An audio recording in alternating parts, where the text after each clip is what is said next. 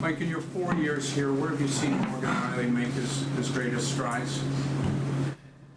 Well, I think, it's like all young defensemen, real puck movers, is they got to learn how to stop in D-zone, and so learn how to play defensively. Once they learn how to play defense, then they seem to be on offense way more, and they're a plus player.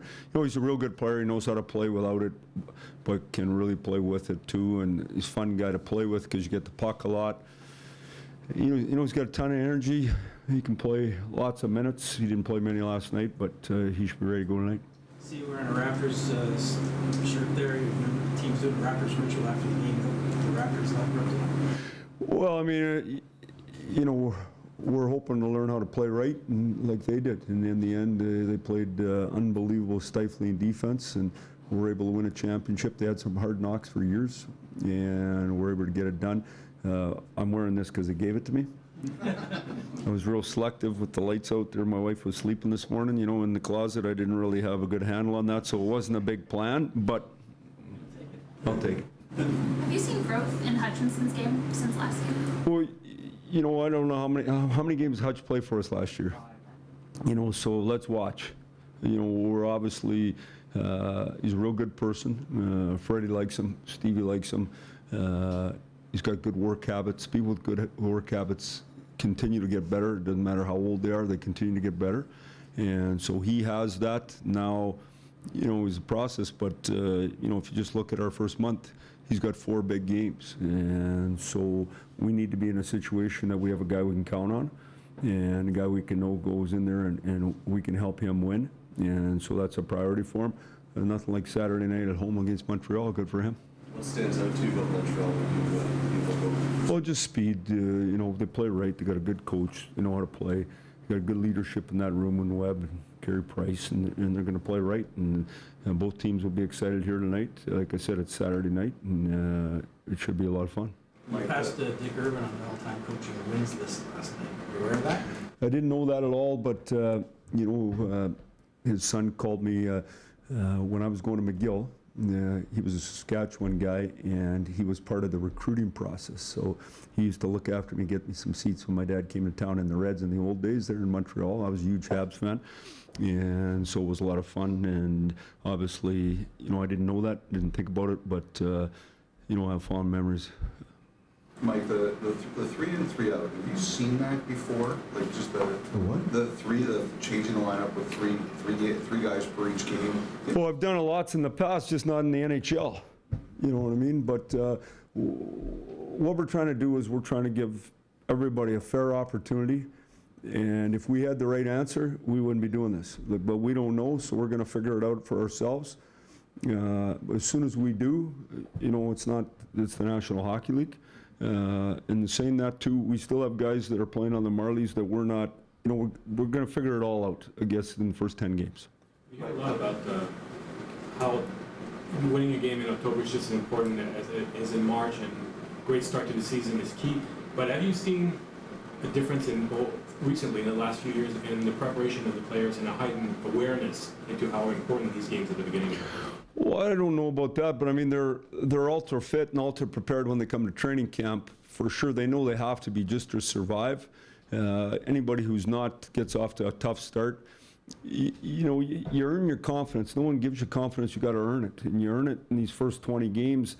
And if you're not, you're under the gun every single night. And it's nice to know you're a good team. You feel like you're a good team when things aren't going right. You just know it's going to go right because you've earned that confidence.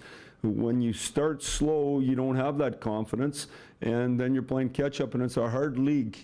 I just look around. Every team you play, you say, geez, there's a great team. So the separation is so small between the teams, you need wins. Mike, what have you learned about Kerfoot in your time with him and how he can best be used for you guys? Yeah, he's been impressive. At the start, I thought we had so much information in his head. He was processing so much information, his feet didn't move. But he's got way more grease in him than I thought, way more grit.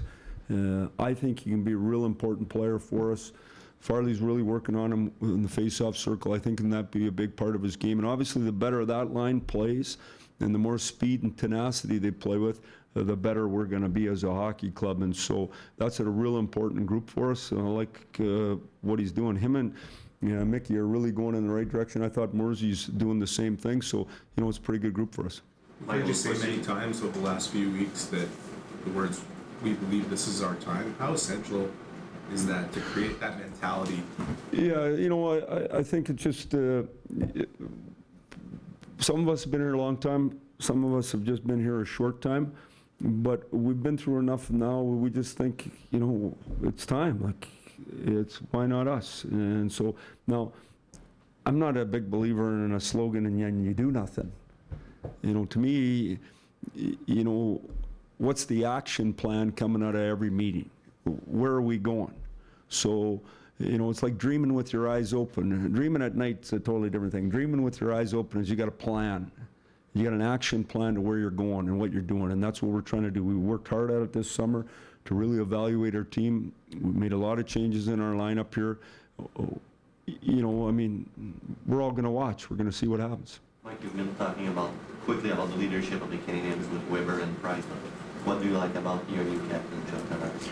Well, I think we got a real good leadership group here. What I like about John is, and when I say this, I want to say it right. He loves to score, but he likes to win more. He's at that stage of his life.